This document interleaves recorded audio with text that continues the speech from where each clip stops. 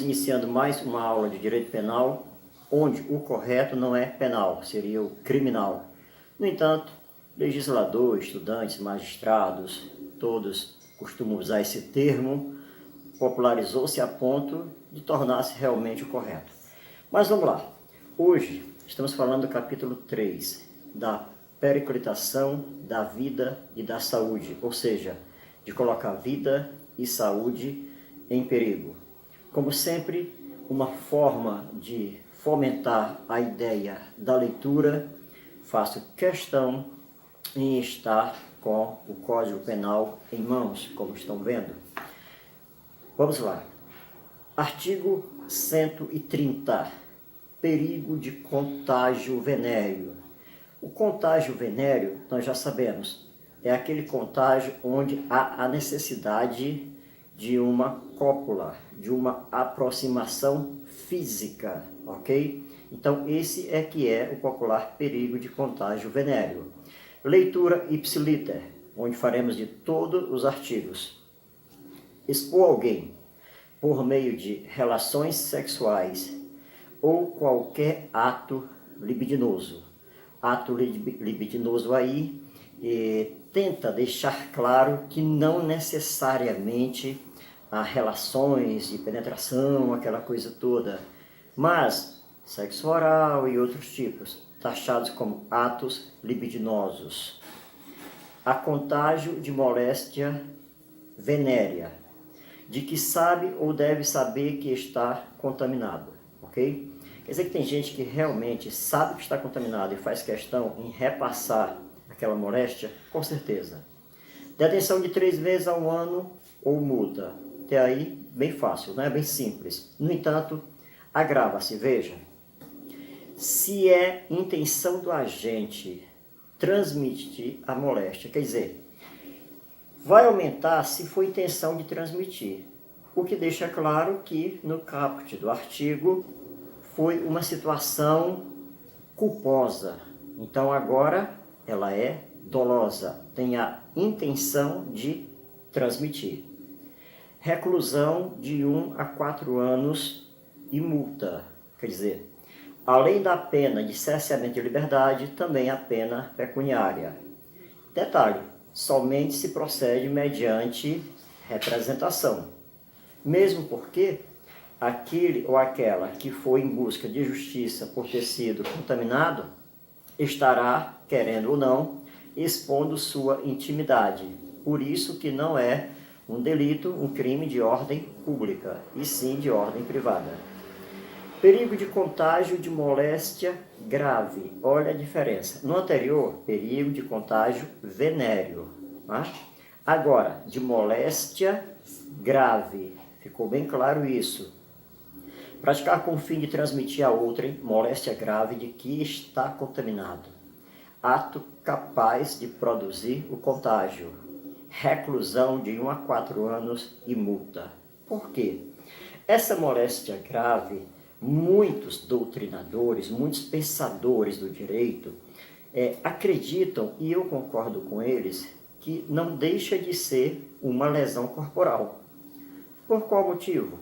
Lembra que no anúncio da lesão corporal, na definição de lesão corporal, na tipificação do delito, fala-se também em relação à saúde. Então, neste caso, não deixa de ser uma forma de lesão corporal. Ok? Perigo para a vida ou saúde de outrem. Bem, esse artigo, que é o artigo 132, ele poderia ser bastante prolixo em explicações, porque realmente ele é bastante vasto. No entanto, como esses vídeos são curtinhos, vamos tentar ser o mais objetivo possível. Expor a vida ou a saúde de outrem a perigo direto e iminente, ou seja, prestes a acontecer. Eu vou repetir porque às vezes um aluno um pouco distraído, menos atento, ele pode não entender a profundidade dessa explicação do próprio artigo. Expor a vida ou a saúde de outrem a perigo direto e iminente. Vamos imaginar um motorista de transporte coletivo. que dolosamente está expondo a vida de outrem a perigo quando dirige em altíssima velocidade e de forma totalmente negligente. Então, encaixa-se nessa situação. Mas aí alguém diz assim, mas peraí, esse mesmo caso, se esse suposto motorista de coletivo estiver sozinho nesse coletivo, ele se enquadra? Não, porque tipifica quando é a vida ou saúde de outrem e não a própria. O parágrafo único traz uma ressalva que vai encaixar-se com esse exemplo dado a respeito de transportes coletivos. A pena é aumentada de 1/6 a 1/3, ou seja, matematicamente já explicamos, poderia ser 1/6 a 2/6, que seria a mesma coisa, ok? Então é uma forma de dobrar. A pena é aumentada de 1/6 a 1/3 se a exposição da vida ou a saúde de outrem a perigo decorre do transporte de pessoas para prestação de serviço em estabelecimentos de qualquer natureza, em desacordo com as normas legais. Quando ele taxa de qualquer natureza, pode ser uma natureza laboral remunerada, uma natureza voluntária, uma natureza pública, uma natureza privada, não importa. Tudo envolve vida e saúde. Abandono de incapaz. O artigo 133 tem que ter uma ressalva inicial. Muita gente pensa, quando falamos em incapaz, de que esse incapaz é uma criança. Sim, a criança é considerada penalmente um incapaz. No entanto, quando fala incapaz, fala qualquer pessoa incapaz de prover a própria segurança, de livrar-se de situações. Então, uma pessoa adulta pode, os nossos queridos irmãos que têm a trissomia do alelo 21, chamada síndrome de Down, as pessoas idosas, principalmente aquelas que podem já estar com algum problema, como Alzheimer, ou até mesmo questão de saúde. Então, entraria nessa situação? Com certeza. Vamos lá. Abandonar pessoa que está sob seu cuidado. Olha que o verbo abandonar quer dizer que propositalmente foi e deixou-se aquela pessoa numa situação de perigo. Guarda ou vigilância ou autoridade. Então, quando fala isso, guarda ou vigilância ou autoridade, vai desde a situação do dia a dia das pessoas, entre aspas, comuns, até as próprias autoridades. E por qualquer motivo, incapaz de defender-se dos riscos resultantes do abandono. Observa que quando fala pessoa, não fala em idade. Daqui a pouco vamos falar em recém-nascido, mas neste momento, abandono de incapaz é abandono de uma pessoa que não tem capacidade de defender-se dos riscos, ok?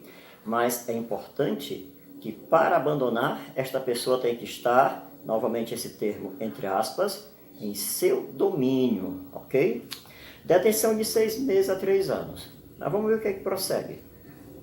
Se do abandono resulta lesão corporal de natureza grave, já vimos, né? As lesões corporais de natureza grave, que fala o quê? Fala aquela questão de não praticar atos habituais, como trabalho, estudo, alguma coisa por mais de 30 dias, não é isso? Aceleração de parto, tinha lá a parte de lesão corporal de natureza grave. Reclusão de 1 a 5 anos, então já é uma coisa bem mais séria. E se resulta morte?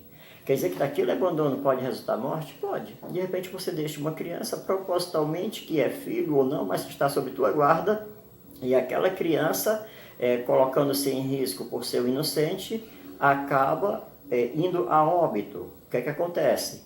Reclusão de 4 a 12 anos. Ok? Aumento de pena. Quer dizer que não pode aumentar? Sim, as majorantes. As penas combinadas neste artigo aumenta-se de 1/3, ok? Então imagina aí que pegou em 12. Se aumentar em 1/3 vai para 16, porque aumenta 4. Se o abandono ocorre em lugar ermo, poxa vida. Abandonar o incapaz já é uma coisa séria. Abandoná-la num lugar ermo, no matagal, num lugar de difícil acesso, tanto para entrar como para sair, realmente mais do que justo que aumente a pena. Se o agente, ou seja, o que praticou o abandono, é ascendente ou descendente, ele é pai, ele é avô, ele é avó, é mãe, ou é descendente, é filho, é neto, é neta, ou seja, filhos que abandonam os pais ou pais que abandonam os filhos, cônjuge, que eu prefiro chamar de cônjuge, ok? Irmão, tutor ou curador da vítima. Aí, o perfeccionismo de algumas bancas pode colocar assim, irmão, tio, só para colocar a chamada casquinha de banana. Não, não tem tio na história, ok? E se a vítima é maior de 60 anos, por que agrava-se? Por causa do estatuto do idoso. Aí as penas combinadas no artigo podem aumentar de 1/3, ok? É o aumento do aumento. Exposição ou abandono de recém-nascido. A bem da verdade é que eu quero tecer um comentário de um certo modo de caráter pessoal, mas que acredito que é albergado por muitos professores. Este artigo, assim como este código, que é de 1940 para 41, na realidade ficou obsoleto. Por que ficou? Primeiro eu vou ler, logo após eu explico. Expor ou abandonar recém-nascido para ocultar desonra própria.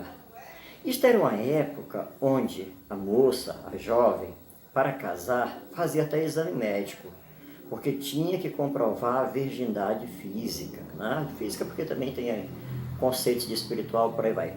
Então, a essa época, se ela engravidasse sem um casamento, poxa, era uma desonra, era uma vergonha para a família. Hoje, se é certo ou errado, ninguém está no conceito moral. Hoje a família descobre que a filha mais nova engravidou do namorado, faz uma baita de uma festa, quer dizer, ela tem um certo apoio. Ainda tem exceções? Tem. Por isso que, particularmente, eu acho que este artigo já está um tanto quanto, digamos, obsoleto. Por qual motivo? Porque hoje se uma moça disser, eu não sou mais virgem, ou eu sou mãe solteira, alguém vai dizer, o que é que tem? Isso já é tão comum, então ficou obsoleto, mas ainda está no nosso Código Penal, ok? Então, expor ou abandonar recém-nascido para ocultar desonra própria, e cai muito em prova, viu? Pode ter certeza. Detenção de 6 meses a 2 anos. Agora, tem as agravantes. Se do fato resulta lesão corporal de natureza grave. De quem? Do recém-nascido, do bebê. Lamentavelmente é muito comum encontrarmos crianças em lixões. Já houve o caso aqui em Fortaleza de uma criança que foi encontrada semi-enterrada, mas viva e graças a Deus sobreviveu, né? A gente até brinca que tem alguns nomes que a gente não vai citar para evitar qualquer tipo de sabor de crianças, que quando você sabe aquele nome, diz, eu já sei, houve alguma coisa contigo, ou você estava muito adoentado quando nasceu, ou você foi abandonado. Por quê? Porque são nomes que relembram ou lembram a situação que essa criança sofreu. Então, se do fato resulta lesão corporal de natureza grave, detenção de 1 a 3 anos. E se resulta morte? Detenção de 2 a 6 anos. Não sei se observaram, mas fala reiteradamente. Detenção, detenção, detenção.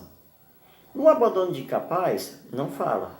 Agora, vamos entender uma coisa. O abandono de incapaz não é praticado por mãe. Já este aqui, normalmente é praticado por mãe. E o legislador brasileiro, atenção, ninguém está dizendo que merece ou deixa de merecer. Mas o legislador brasileiro, ele não respeita, em sua maioria, fica claro, não respeita o artigo 5º inciso 1, o princípio da isonomia. Quando um delito é praticado por mulheres, ele é bastante ameno. Quando é praticado por homem, ele já é mais severo. Então, se você reler esse artigo 134, Vai falar detenção, detenção, detenção, detenção, e mesmo que chegue à morte, detenção. E quando chega à morte, de 2 a 6 anos, quer dizer, quando a gente estiver falando de infanticídio, você vai lembrar dessa pena, de 2 a 6 anos, né? Falando em provas, porque já falamos em aulas anteriores, né? Falando em resolução de questões. Então, fica essa crítica com respeito às mulheres, não vai pensar que nenhum tipo de machismo, não é, mas é que nossa lei não respeita o princípio da isonomia. Omissão de socorro. Atenção principalmente aquele ou aquela que é da área de saúde, por exemplo, não é só da área de saúde não, hein? Porque tem a omissão própria e a omissão imprópria. Não é somente da área de saúde, mas em especial. Vamos lá. Deixar de prestar assistência quando possível fazê-lo. Olha que interessante. Nem sempre é possível, né? Por exemplo, eu sou o salva-vida. Recebo da prefeitura, do estado, até da União, normalmente é só prefeitura e estado, para resguardar a vida de pessoas. E de repente o mar tem uma ressaca, daquelas violentas mesmo, ondas de quase 5 metros de altura. Vamos aqui só puxar um pouco e esticar a baladeira. E fica claro pela mídia, por vários meios de informação, de que as pessoas não devem adentrar no mar naquele momento. E uma pessoa adentra. E ela está sendo jogada nas águas em direção a pedras, por exemplo. Será que eu, salva-vida, tenho a obrigação de basicamente praticar suicídio em entrar no mar naquelas condições? Né? Muitos doutrinadores chegam a falar tolice, sim, tem. Não. Salva-vida, ele tem sim um risco em sua profissão, mas não é obrigado a ir para certeza de morte. Não existe profissão no Brasil que diga, você está sendo pago para ter a certeza de que vai morrer. Por isso que o legislador foi muito feliz quando disse, deixar de prestar assistência quando possível fazê-lo sem risco pessoal. Lógico, voltando ao caso salva-vida, ele vai ter risco? Vai, mas nas devidas proporções, sem exageros. A criança abandonada ou extraviada, o que é extraviada? Perdida. Ou a pessoa inválida ou ferida. Aí vai até a questão do trânsito. Ao desamparo ou em grave e iminente perigo. Né? O perigo está batendo às portas. Não pedir nesses casos, ou não pedir nesses casos, socorro da autoridade pública. Quer dizer então que se eu passar por uma rua e eu notar que tem uma pessoa caída nessas condições que foram retratadas, se eu não socorrê-la, ou não chamar a atenção das autoridades públicas com ligação ou algo do gênero para socorrê-la, eu estou adentrando nesse artigo? Sim, você estará praticando omissão de socorro. Mas não é só o Estado que tem a obrigação? Negativo. Neste caso, todos cuidam de todos. Muito bem, parágrafo único, né? Já que aqui a detenção é de 1 a 6 meses ou multa, então pode ser colocado pela prestação pecuniária. A pena é aumentada de metade se da omissão resulta lesão corporal de natureza grave e triplicada se resulta morte, né? Então, é uma pena um pouquinho mais severa se daquela omissão, aquela pessoa que estava em perigo iminente acaba por entrar em óbito, por morrer. 135. Condicionamento de atendimento médico hospitalar emergencial. Isso aqui é de 2012, né? 2012, estamos em 2019, 7 anos, mas é relativamente, digamos, novo, ok? Já que o nosso Código Penal é muito mais velho que isso. Então vamos lá. 135 também, só que é 135A. Exigir cheque calção. Deixa eu explicar antes de ler. Olha, uma pessoa chega no hospital e está em risco iminente, ou até mesmo, não necessariamente risco de morte, mas precisando de um atendimento emergencial. E o médico diz, espera aí, eu te atendo. Mas se você aqui me pagar antes, ou se assinar um cheque, ou se assinar uma promissória, ou se... Não. Tudo isso, se for feito, caracteriza crime. Fica bem claro. Então vamos lá. Exigir cheque calção, nota promissória ou qualquer garantia bem como o preenchimento prévio de formulários administrativos. Ele está preenchendo o formulário enquanto a pessoa está morrendo. Está preenchendo o formulário enquanto a pessoa está se exaurindo de dor. Poxa, então vamos lá. Formulários administrativos como condição para o atendimento médico-hospitalar emergencial. Olha, o senhor, a senhora vai já ser atendido, mas primeiro vamos preencher aqui uma ficha. Ah, não estou aguentando mais de não. Primeiro vamos preencher, porque aqui o hospital é organizado. Tá? Que é um processo que a organização vai entrar em xeque, que isso não é organizado. Quando se negligencia a saúde e o bem-estar das pessoas, isso não é organização.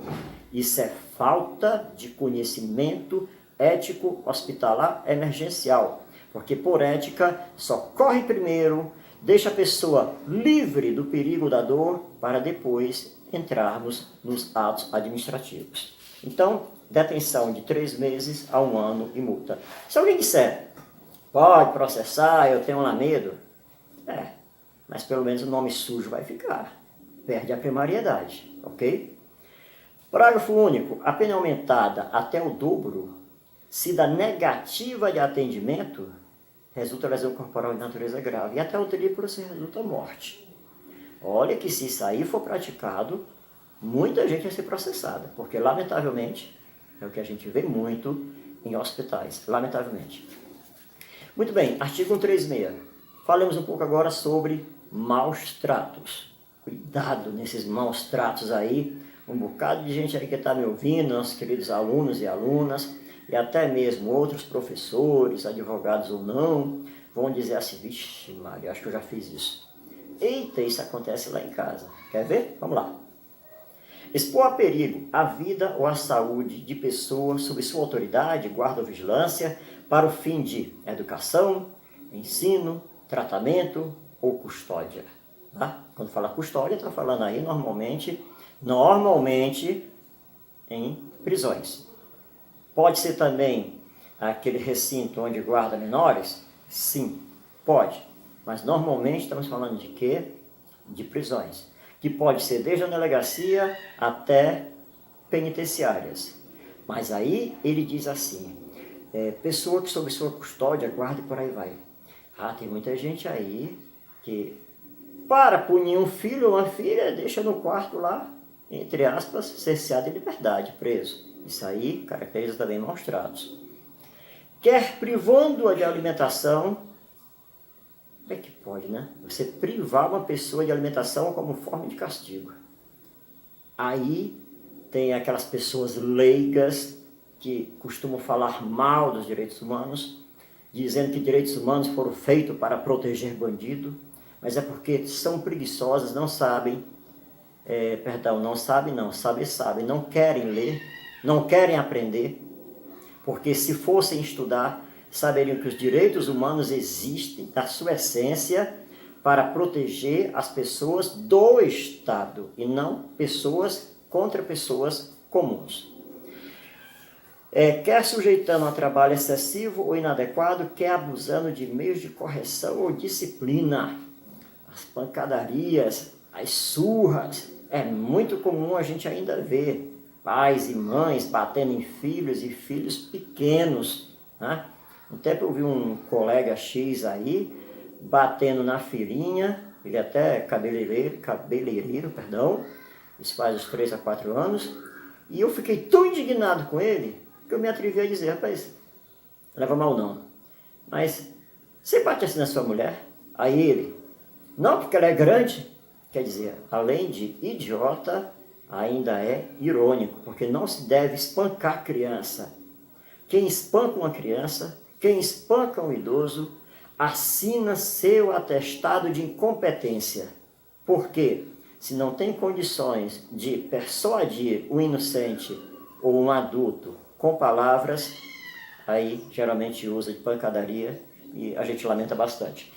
Não levem a estranhar. É muito comum a gente fazer esses comentários. Por quê? Porque induz o nosso aluno a pensar um pouquinho sobre isso e conhecer mais a lei. Pena, detenção de 2 meses a 1 ano ou multa daqueles que cometem maus tratos, ok? Se do fato resulta lesão corporal de natureza grave, já sabemos essa sequência, né? Natureza grave ou morte, por aí vai. Reclusão de 1 a 4 anos. E se resulta morte, reclusão de 4 a 12 anos. Agora veja bem, aumenta-se a pena de 1/3 se o crime é praticado contra pessoa menor de 14 anos. Se em artigos anteriores falamos do Estatuto do Idoso, agora vamos falar do ECA, do Estatuto da Criança e do Adolescente. E finalizando a aula de hoje, falemos um pouco sobre rixa. O que é a rixa? É uma confusão entre pessoas. Agora é importante lembrar que essa confusão é de todos contra todos e que tem que ter um mínimo de participantes, que são 3. Se tiver 2 ou 1, é lógico que 1 não faz sentido, né? Mas se tiver 2, não é rixa, tem que ter 3 em diante. Essa confusão, que vai ter vias de fato, precisa necessariamente um tocar no outro, espancando o outro? Não. Por exemplo, se estão à distância, jogando pedra no outro, garrafa, pau, etc e tal, também caracteriza a rixa. Mas não esqueça, tem que ter pelo menos 3 participantes. Artigo 137. Rixa. Participar de rixa, salvo para separar contendores. Então imagina que tem 2, vou colocar homens, né? 2 homens aí brigando, vamos usar um termo bem popular, quebrando pau mesmo para valer, por pancada vai, pancada vem. Aí chega um e diz, vamos separar? E os 2 se metem não se apanha e continuam brigando, e ele vai separar. Na tentativa de separar, ele é agredido. Aí ele bate nos 2 e deixa os 2 bem quietinhos. Neste caso, não entra como rixa. Mesmo porque, se ele teve uma intenção mais que salutar de evitar aquele conflito e foi agredido de um certo modo, cuidado para não ser taxativo, hein? Não estou dizendo que é, mas de um certo modo, caracteriza até mesmo a legítima defesa. Artigo 23, inciso 2 do Código Penal Brasileiro. Então, vou repetir. Participar de rixa, aquele conflito, aquela vias de fato, salvo, ou seja, a não ser, para separar os contendores. Detenção de 15 dias a 2 meses ou multa. Olha que interessante agora. Presta atenção que você vai ficar um pouquinho aberto. Se ocorre morte ou lesão corporal de natureza grave, houve até uma inversão, né? Normalmente é lesão corporal e depois fala-se em morte. Aqui ele inverteu. Acho que houve aí uma ressuscitação. Se ocorre morte ou lesão corporal de natureza grave, aplica-se pelo fato da participação na rixa a pena de detenção de 6 meses a 2 anos. Quer dizer, uma rixa, vamos só um exemplo, 3 contra 3 e alguém morre. Desde que, lembre, né? Tem que ser todos contra todos. Aí o que acontece? Olha a pena, no máximo de 2 anos. Eu acho que o legislador tem que repensar esses conceitos. Muito bem, a gente conclui, a ansiedade de prosseguir é tão intensa que acaba até atropelando palavras. Concluímos este vídeo por aqui.